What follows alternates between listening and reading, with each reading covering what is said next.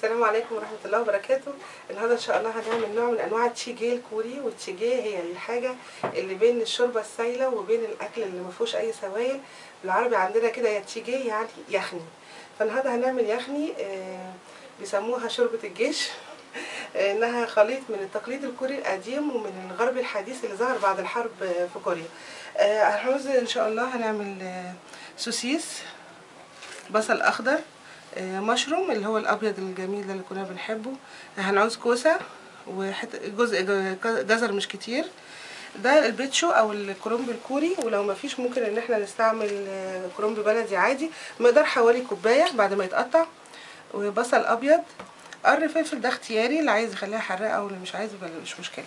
هنستعمل النودلز اللي هي الجاهزه اللي بتيجي جاهزه دي، هنستعمل توم وكوتشوجان او معجون الفلفل الاحمر الكوري، هنعوز شطه، صويا صوص، وفلفل اسود وملح. ودي شوربه، اي نوع شوربه احنا بنحبه ممكن نستعمله. هما بيستعملوا طبعا الشوربه اللي اساسها البحريات اللي هي الانشوجه المجففه، بس احنا ممكن نستعمل اي نوع شوربه احنا بنفضله. هنبتدي طبعا ان شاء الله باذن الله بتقطيع الخضار، ده مغسول ومتنضف، مش عايزينه كبير قوي، هنقطعه قطع كده صغيره.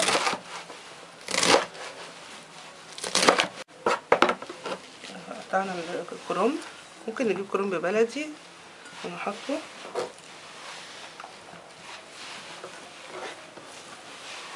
وبعدين نجيب الكوسه،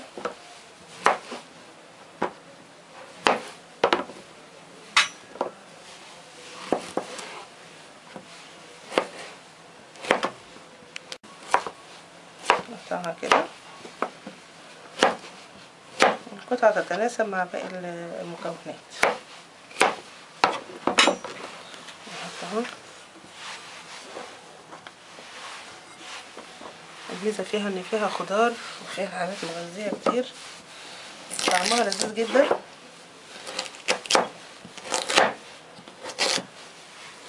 نقطعه كده،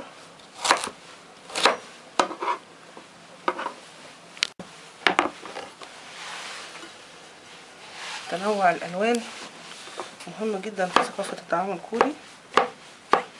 المشروم ده لو نضيف بنضفه بمنديل كفاية عشان ما يغمقش لونه، والمشروم ده طبعا اكتر نوع مشروم احنا يعني بنحبه لانه طعمه خفيف ومش قوي.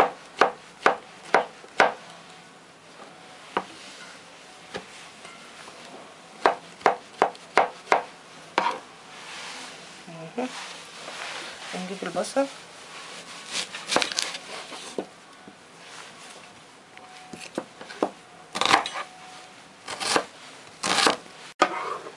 ونحط البصل اللي قطعناه،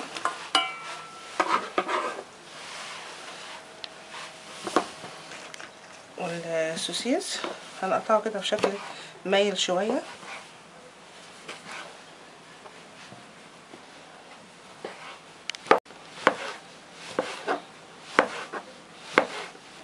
السوسيس ممكن نحط برضو اللي هو اللانشون المعلب، الانواع الحلوه منه ممكن نحطها، ممكن نحط لحمه مفرومه، بس السوسيس مهم لان هي اصلا بالسوسيس، يعني السوسيس مش حاجه اضافيه فيها، هي اصلا بالسوسيس. البصل بدأ يشتغل معايا،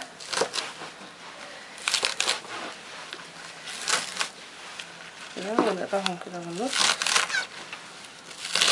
يعني حلو قوي كده المقاس ده، ده يبقى كويس قوي، بس ده مش هنحطه دلوقتي، هنخليه شويه.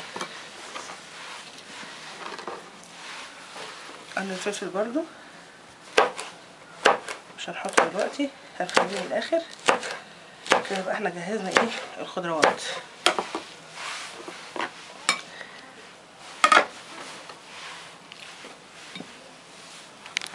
هما بقى بيحطوا الكميه دي، بيحطوا فاصوليا بيضه، بس انا حطيت فاصوليا مطبوخه معلبه برضو تديني شويه لون احمر، لان انا مش هقدر احط كميه الشطه اللي هما بيحطوها. هما بيحطوا الكميه دي معلقتين شطه ومعلقتين معجون الفلفل، فبيبقى كتير علينا، كفايه. هنحطها بقى على النار، هنحط معاها دول 5 كوبايات شوربه،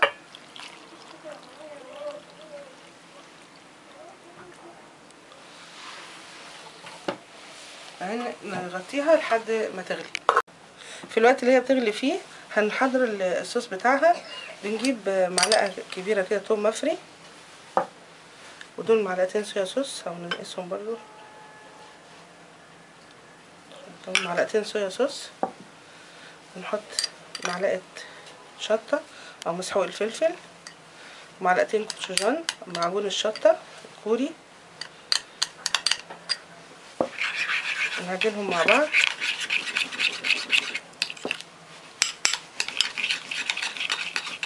ريحه الصويا صوص مع الثوم مع المجموعه دي نحطها كده هنا في النص.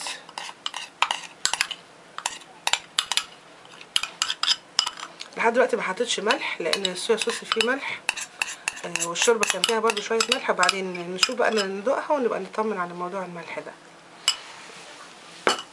نغطيها لحد يعني 10 دقايق الاول تغلي، وبعدين نهدي كده. بعد 10 دقايق زي ما احنا شايفين الخضار كله بدأ يستوي. نحط لها بقى قطعه النودلز دي، نحطها كده في النص عشان تستوي هي كمان معاهم. نحط البصل الاخضر،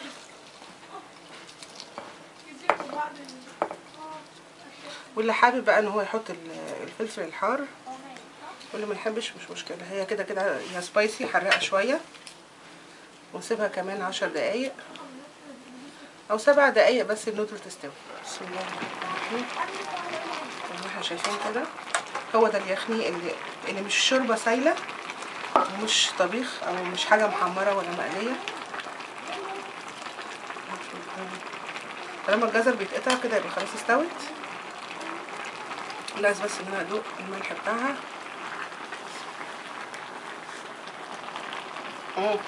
لا هي مش محتاجه ملح، هي محتاجه بس رشه فلفل اسود يظبط لي الطعم.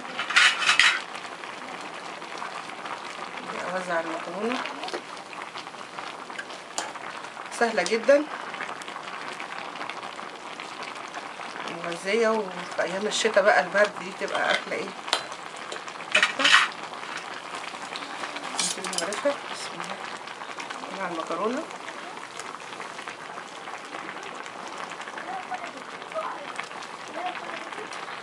عليها خضار سوسيس.